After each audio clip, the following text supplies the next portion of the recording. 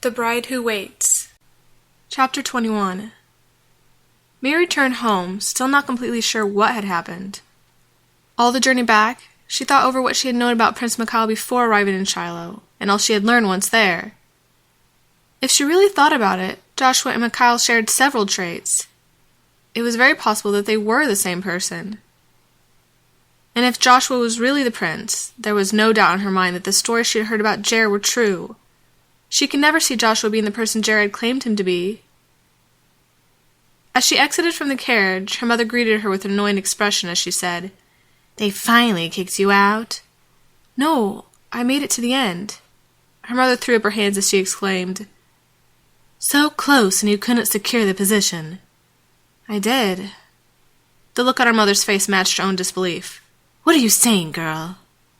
"The prince chose me. We are betrothed." With this announcement, her mother's eyes rolled into the back of her head and she fainted right away.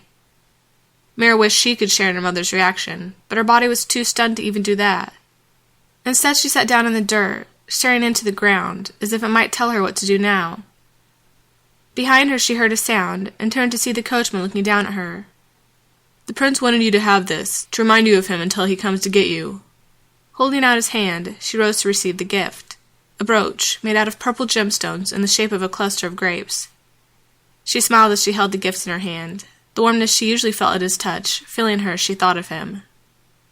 Even after the carriage had left, and the dust from his departure had settled, she had not removed her eyes from the brooch, and the wonderful memories it brought to her mind. It wasn't until she heard her mother groan, as she came back around, that she removed her eyes from the treasure and hurried to her mother's side, as she inquired if she was all right. "Did I hear you right, Mira? Did you say you are engaged to the prince?" "I am." Her mother looked doubtful till she showed her the brooch. "A reminder of him, until he comes to get me." As soon as her mother realized her words were true, she leapt up, running back to the house as she started pulling boxes out from under her bed. "What are you doing, Mother?" "If you are engaged to the prince, you have to start getting ready." "Ready for what?" "Stupid girl. Don't you know what is involved in an engagement?" As Mira thought about it, she realized she didn't know. "During the engagement time, the man builds the home that he and his bride will move into once they are married.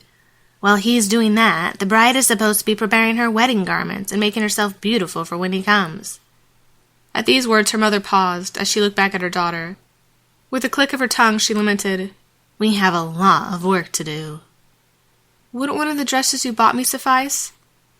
Turning, she picked up the bag she'd brought with her. Strangely, all the dresses she'd worn did not all fit in one bag now, and she'd had to borrow some bags from the castle in order to return her wardrobe. "Neither of those dresses are good enough for a future queen." She was confused by her mother's words. "But they are all so lovely." Opening one of the bags, she presented one of the dresses, her favorite, to her mother. "Can't we just make this one a little more fancy?" "Where did you get that?" "It was in the bag you gave me." "I did not buy that dress." Her mother looked offended as she asked, "Did you steal this?" "No, Mother, You stole this too, didn't you?" The woman tried to snatch away the brooch, but Mira was faster as she pulled away. "No, this is really a gift from the prince." Before her mother could accuse her further, they both heard the sound of galloping hoofs, and turned to see a blazing white horse coming toward their farm. On top of it sat Jer, who since the last time she'd seen him, did not look as handsome as before. Outside their home, the man's horse came to a stop as he waited for one of them to come out and greet him. "Go out, girl," chided her mother, as she pushed her daughter out ahead of her. Before the horse, her mother started to kneel, pausing when she noticed Mira was not making any move to pay the man homage. "What are you doing?" I don't think it's right for me to bow to another man if I am engaged to Joshua." "Who?" Jer looked down with an arrogant air as he said, "I hear you have become engaged to the prince." At these words, her mother looked shocked, as if hearing the news for the first time. "I have." Reaching to his side, he pulled the vial out of his back satchel and held it out to her. "I want you to slip this into the prince's glass when you drink from the cup again to signify your union." Without even bothering to reach out for it, she replied with a curt, "No, I will not hurt Joshua." The man's lip curled with annoyance as he held out the poison-filled vial closer to her. "Do you really think that man cares anything about you? You can't trust him. He is a liar and a cheat. Did he promise you he'd come for you? He won't. He's just like his father. That man promised his wife he would be with her forever. And do you know what happened to her?" Mira full well knew what happened. She'd heard the story enough to quote it by heart. She cheated on him, and though he would have taken her back, her pride and lust for others kept her from accepting his forgiveness. But he only sent her away because she would not return to him. "I have not left Joshua, nor will I ever betray him." Jared laughed coldly, surprising her mother by a sudden change in demeanor. "We'll just see about that." Pulling back the reins, he turned his horse as he rode away. Once he was gone, her mother turned on her as she admonished her daughter. "How could you speak that way to Prince Jared, after all he's done for us?" "Jared is a liar, Mother. He stole our land from Joshua and has been lying about which of them really cares about us." "Who is this Joshua you keep talking about?" Realizing her error, she corrected herself as she said, "Joshua is the prince, Mother." Then with a smile that made her mother look at her with confusion, she added, "Our true prince." Chapter 22. The next few days her mother insisted on getting her ready, as she was sure the prince would come to get her daughter before long. "If you really secured him, I have no doubt that he will be in a hurry to come and get you so he can claim his land." "But if he has to build a home for us, won't that take him longer than a few days?" "He's a prince. He can hire as many people as he needs to get it done in a few days." As her mother worked on her hair, Mira thought about Jared's last visit to the farm. "Mother, did you know about Jared's plan to try and kill Joshua?" "He had asked several girls in Bethantach to do the task, but I hear none of them got as close as you." The woman let out a forlorn sigh as she added, "I wish you had been the one to kill the prince. Then I know Prince Jared would have made you his bride to rule in the new kingdom. But I guess a prince is a prince." Mira frowned at her mother's fickle manner as she made her stop and looked her in the eyes. "Mother, Joshua's not who Jared says he is. He is kind and loving, gracious and humble. He always has the well-being of others in his heart and works to make sure everyone is safe and secure. He would give you the shirt off his back and has. I've seen him." Her mother laughed, as if thinking her naive. "Oh, Mira, anyone can fake it being nice for a few months. But we all know it is Prince Jared that is our benefactor, not this Jason." "Joshua, Mother. His name is Joshua, and he's not what you think. If you had only been there, you would know he's not faking any of it." Her mother let out a tired groan as she wondered aloud. "Why was I given such a stupid and easily manipulated daughter? That's probably why he chose you, because you're the only one unable to see through his ruse. You've always had the problem of forming quick attachments to people you shouldn't, and now you made a poor selection of fiancé." Though she wanted to argue with her mother, she could tell by the look in her eyes she would not hear any more of her words that day. Turning back, she let her mother return to her work on her hair. As she thought over her mother's words, she was reminded of Isabel, who had looked genuinely upset to see her go when she'd left the castle.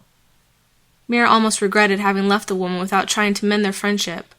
But was there really a friendship to mend? Or had she been manipulated again, as before? If only she understood the twists and turns of court intrigue, maybe then she'd know who was truly on her side and knew who was not. "Do you think I'll make a good queen, Mother?" Her mother didn't miss a beat as she continued to braid her hair. "You'll be dead within a month." After a month of her mother working with her to ensure she would be ready when the prince came, there appeared no sign of his soon coming. Her mother did not lose hope, though, as she spent most of their food money on buying trinkets and cloth for Mira's bridal gown.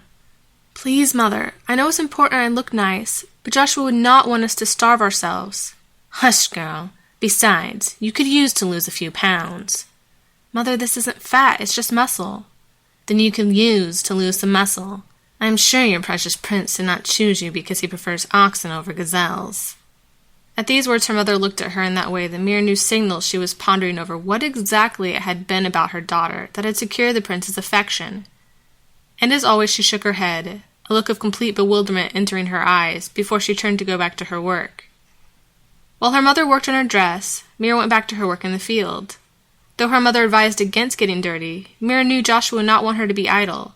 She still had work to do while she waited.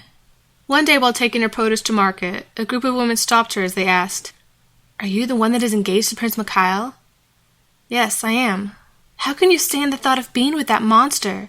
Is it true he eats babies?" Shaking her head adamantly, she assured them it wasn't true. "The prince is a kind and helpful man. He would not hurt anyone. and if he did, it would only be to protect those that he cares about from the evil of those who would hurt them. The women looked doubtful, but did not leave as Mira related to them all that she had learned about the prince during her time at the castle.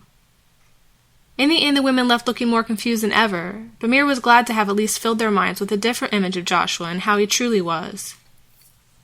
More occasions to talk of the prince and how he really cared about those in Beth-Tesh came as word spread quickly around the community about her engagement to the prince. "We had another woman was chosen," stated one woman one day in the market.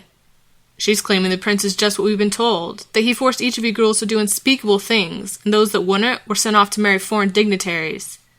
"It's not true," assured Mira. "These are just lies perpetuated by Jer. He's the one that tries to force people to do evil things, the one that makes promises and never keeps them." She thought back to how her mother had assured her Jer would send men to tend the field, but when she'd arrived back, she found the field to be just as she'd left it. Left alone, her mother had to depend on the kindness of their neighbors instead of the word of Jer. "But Prince Jer cares about us. He's done so much for us. Just look at all the things he's built for us." "You mean the schools where the youth are being educated to believe that the king and prince are evil dictators? Or the hospitals, where people leave off worse than when they entered?" On her way back from the market one day, she spotted a deer in a grove of trees. The memory of her ride in the woods brought a smile to her face as she started toward the animal. At the sound of her movement, the creature turned and bounded away, looking frightened beyond reason as it hurried off. Seeing its reaction saddened her, as she remembered she was not in Shiloh any more. More months passed, and before Mira knew it, she was giving speeches in vast halls of people, telling them of the wonder of the prince's land and the love he had shown for all who lived there. "He wants to take us all there to live with him, if we will just accept him and build a relationship with him." "But he's not here," cried one person in the crowd. "How can we truly know what he's like if he's not around?" "Yes," added another person. "Prince Jer is actually here. He's not off in some distant land claiming to be something he may or may not be." "But you can see him. You see him in the lives of those who have a relationship with him. You see him in the letters he sent to us to tell of his love for us." "What letters? I've never seen the letters." "That's because Jer has been stealing them. But there are those who come into the land to personally deliver his word, so we might get them." Reaching into a bag she brought with her, she held up the letters she'd acquired by the secret messengers. "These letters are written for each of us, and are filled with his love for us, and wish for us to return his love, and be reclaimed into his kingdom. They are filled with his promises of returning to take us home with him. He is going to come, and he is going to bring everyone in Shiloh with him. When he comes, everyone will see him and know that he has kept his word." After the meeting, she handed out the papers, but when she stepped outside after, she found several of the sheets blowing across the ground after being discarded. It hurt her to see Joshua's words so carelessly thrown aside, so she spent the rest of the night gathering up the papers. If these people would not accept them, she'd find ones that would. With that decided, she headed home and started to pack. In their shared bed, her mother rolled over with a tired look as she spotted the young woman gathering up her few possessions. "What are you doing?" "I'm going to tell as many people in Beth-Tesh as I can about the true character of Joshua. I can't bear to see people seeing him as a cruel dictator any longer. They should know the truth." Her words startled her mother as she sat up in the bed. "What do you mean you are leaving? The prince could come any day now. If you're not at home, you won't be ready." "I'm not worried, Mother. Joshua will find me. But until he comes, I can't just sit here and wait. I have to be about the work I know he'd want me to do." Though her mother argued with her all the way up until the sun rose, her mind was made up. "See, this is why we call you Mira. You are just unreasonably stubborn. I wish the prince had chosen another girl. At least then I wouldn't have to deal with her and her brainwashed babbling." "I'm not brainwashed, Mother. The things that I say are true." Reaching into a bag, she pulled out one of the letters written by Joshua's own hand. "Here, I want you to read this. It is from Joshua to you." Taking the letter, her mother crumpled it up, then tossed it into the dying embers of the fire. "I do not want to hear your nonsense. If you had just listened to Prince Jer, we could be in the castle right now instead of waiting for a prince who will probably never come." "I hope when he does come you will have changed your heart about him." Pausing for a moment, she told her mother, "Since I won't be here to work the fields, you can sell the extra dresses you bought me. I won't be needing them." Gathering up the last of the few things she was taking with her, she heard her mother grumble under her breath. "Naive child, to think that anyone would actually come after you. You obviously forget what your real name is. No one wants you and no one wants your prince. Go off and be forsaken together." Though it hurt her, she did not turn back to reply in the usual manner she would have, but instead cast her mother a look of love and pity, then turned and started on her journey, leaving behind her childhood memories and the woman she had once been. Chapter 23. It took 1 year for her to travel across Beth and Tesh, hitting only the major cities. In most cities she was met with ridicule, and on several occasions she barely escaped with her life. It seemed more people were content in their lives under Prince Jair's rule than with the new life Joshua offered. On one cool night in the city, in the eastern part of the Beth Natesh, after a meeting, she was surrounded by a group of young men. "Hey, pretty lady, we hear you're the one the prince chose to make his bride." She turned away from the one man, only to be accosted by another. "Do you think he'll still want you if we had a little fun with you first?" A third man stepped in closer as she was backed into a corner. "Yeah, come on. You've got to be getting lonely waiting for him to come. Let us scratch your itch." Before Mira could say anything, the sound of a horse's cry pierced the night, and the men turned as a cloaked figure approached them at great speed. Leaping aside, the men got out of the way as the horse came to a stop beside Mira, as the rider then held out a hand to her. Not sure who they were, but thinking they were better company than the men, she took a hold of the hand as she was lifted up onto the horse, which quickly raced away. When they were finally safe, the horse came to a stop and both got down. "Who are you?" "Don't tell me you have already forgotten me." With a familiar laugh, the rider removed her cloak to reveal Isabel. Hugging the woman, she gushed over how happy she was to see her. "Are you truly happy to see me?" inquired Isabel. The look in her eyes made Mira's heart ache, as she felt the longing coming from the woman to hear the words. "Yes, Isabel, I am happy to see you. Truly. But what are you doing here?" "I could ask you the same thing. Aren't you a little more east than normal?" Mira quickly told her what she had been up to, then asked about her friends' activities. "I've basically been doing the same thing," admitted Isabel. "When I returned home, I couldn't stand all the things I heard people saying about Joshua, so I resolved to set them all straight. It hasn't exactly been roses and butterflies, but I've seen a great deal of people's lives change because of his love, my life being among the changed." Her friend then told her how her relationship with Joshua had affected her. "I know I started hanging out with him for the wrong reasons, because I knew he was really the prince. But as I spent more time with him, I started to want to be with him, not just because he was the prince. I really enjoyed our talks, and being with him made me want to be a better person. As I was around him, slowly, and without me really realizing it, I began to change. I didn't even really notice how big a change had been brought about in me, till I returned home and my family noted how different I was. I no longer found joy in partying with my friends, my taste for men was subdued, and the things I once loved I started to despise." She laughed at the thoughts as she said, "I actually really started to like eating vegetables and doing good for others. I don't know how it happened, but it just did. And I've talked to some other girls who were in the castle with us, who say they've experienced the same thing. Spending time with the prince and getting to know who he really is has had an impact on all of us." With a comforting hand, Isabella informed her, "You're not alone in your work, Mira. All 10 of the final women, including me, are doing the same thing as you. Some of them have even found the women who left earlier and have shared their experience with them, so that they are also going out and speaking on the prince's true character." "Only 10 others? But there were 12 of us." Isabel looked saddened as she told her, "Lois really wasn't with us. She was a spy from Prince Jair sent to get close to the prince and kill him. Jair had even given her Joshua's description, so she'd know right off who to get close to. But when we returned, she got to work spreading lies about him and reinforcing in people's minds the story that he's a cruel man unfit to rule us." "That's too bad. I really thought she cared for Joshua like we did." "I'm not going to say I told you so, but I did think there was something off about her. I really am upset that I was right in this case. I wish she had let Joshua's love for her change her like it changed me." Hearing her friends care for their fallen comrade, Mira found herself gazing at her in wonderment. "You know, I didn't notice it till now, but you have changed, Isabel. I'm so glad." From that point on, Isabel joined her in her travels, having a more forceful style that had a strong impact on many people. And as Isabel had traveled around before meeting Joshua, she had more people who knew her and noticed a change in her life since returning from the castle. For another year they traveled together, working to reach everyone with the message that the prince did in fact love them, and that he would be coming soon to take them home to be with him forever. A fact which Mira couldn't wait to occur. The man was large, being at least 6'4", with muscles enough to carry an ox. Maybe I'm exaggerating. He looked intimidating, but as Mira spoke with him, she sensed the gentleness in his soul. When she took him home, Isabel reacted as if she brought home a bear. Pulling her to the side, she inquired of Mira, "Who is this guy?" "His name's Tomas. He was at one of the meetings I held tonight, and he was very receptive of the message. He wants to join our group." Since they'd started, the two women had gathered others who traveled with them, spreading the message of Joshua's return and his letters of hope to the people.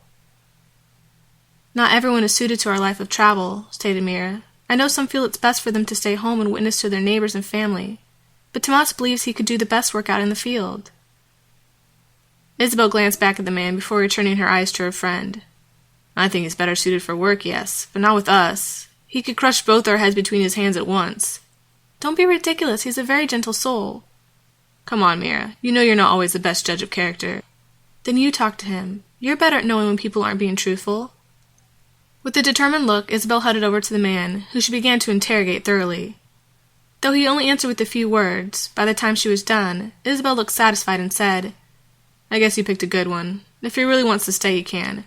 But remember," she turned on the man, "you may be used to hard labor and privation, but nothing can prepare you for the hardships we face now. So don't think things will be all sunshine and sparkles because you got big muscles. And don't think because you're larger you're going to get more food. Everyone gets an equal share of food. Not even the future queen gets special treatment around here."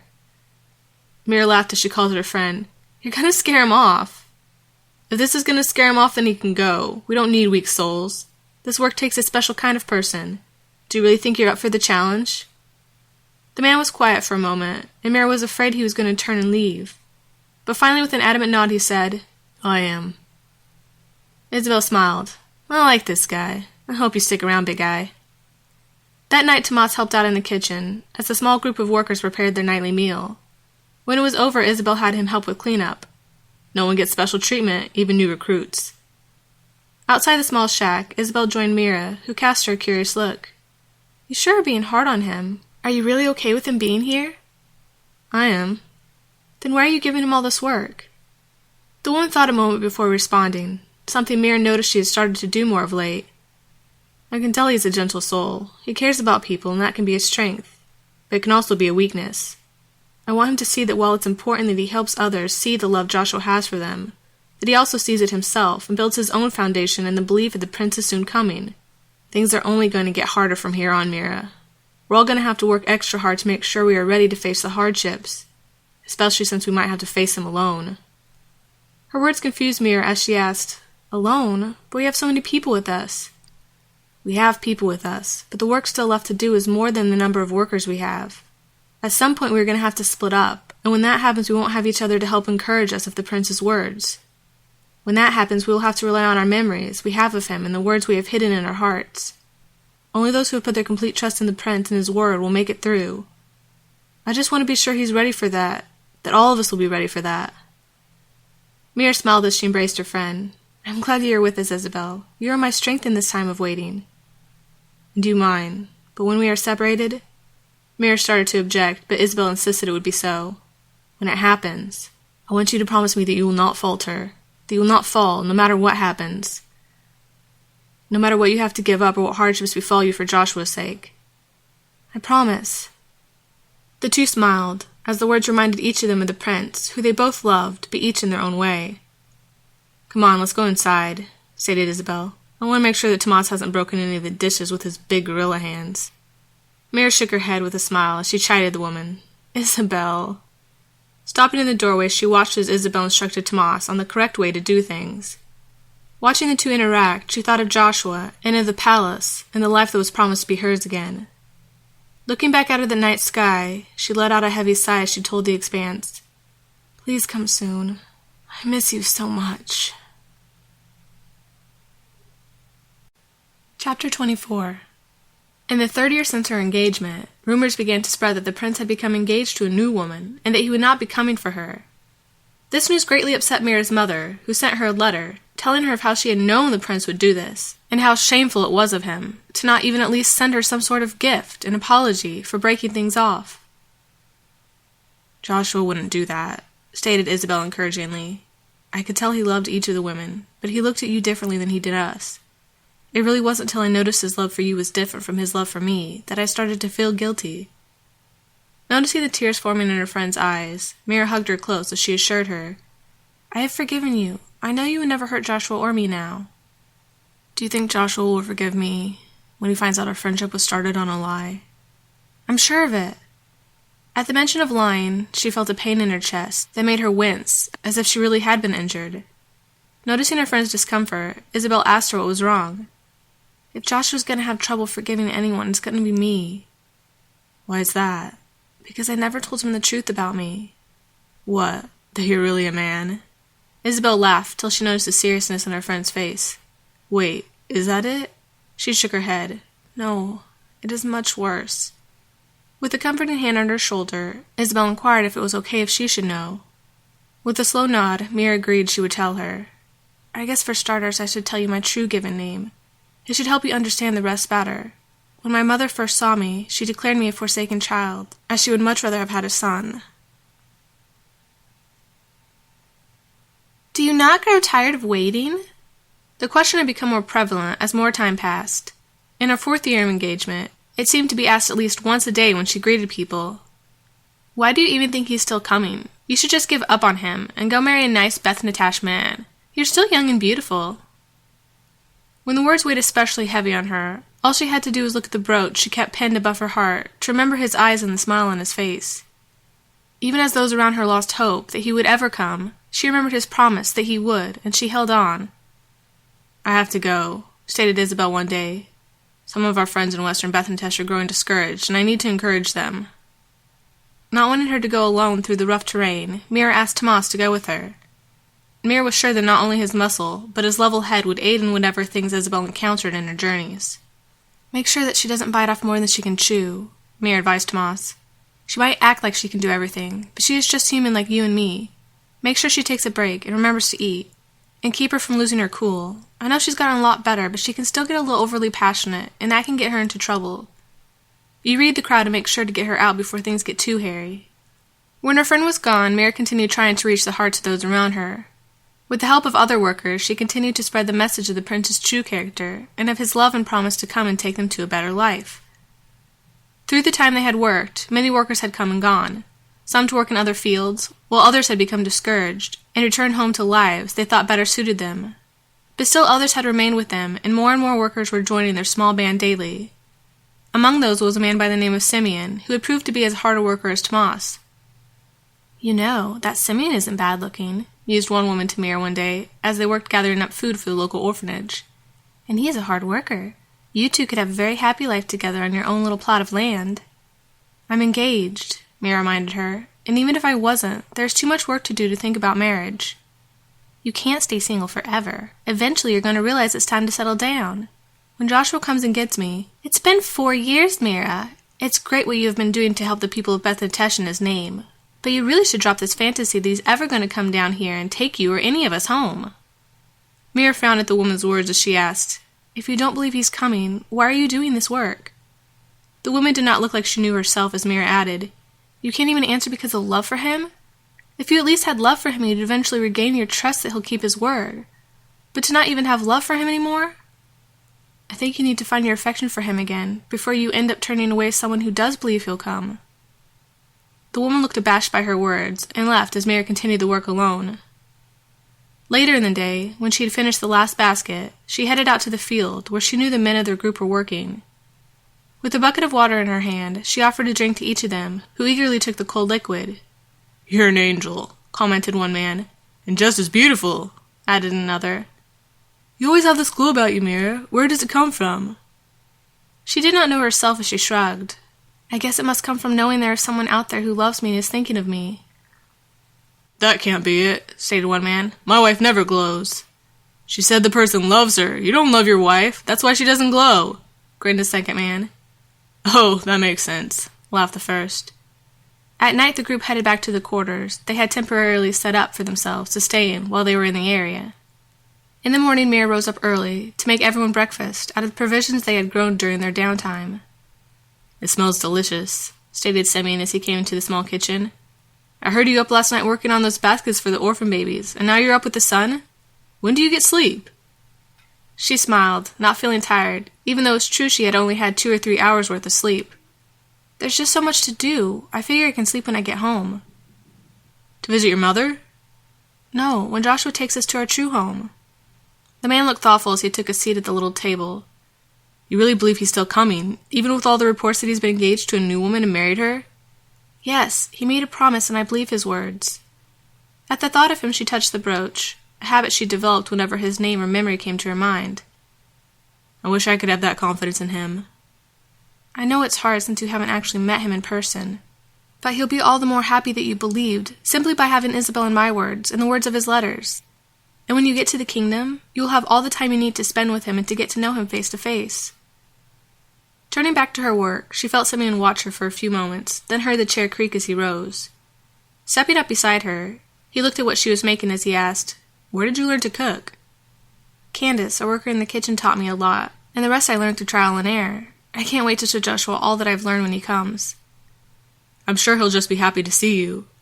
"I know, but it makes me glad to know that I could be the wife he expected, in this point at least."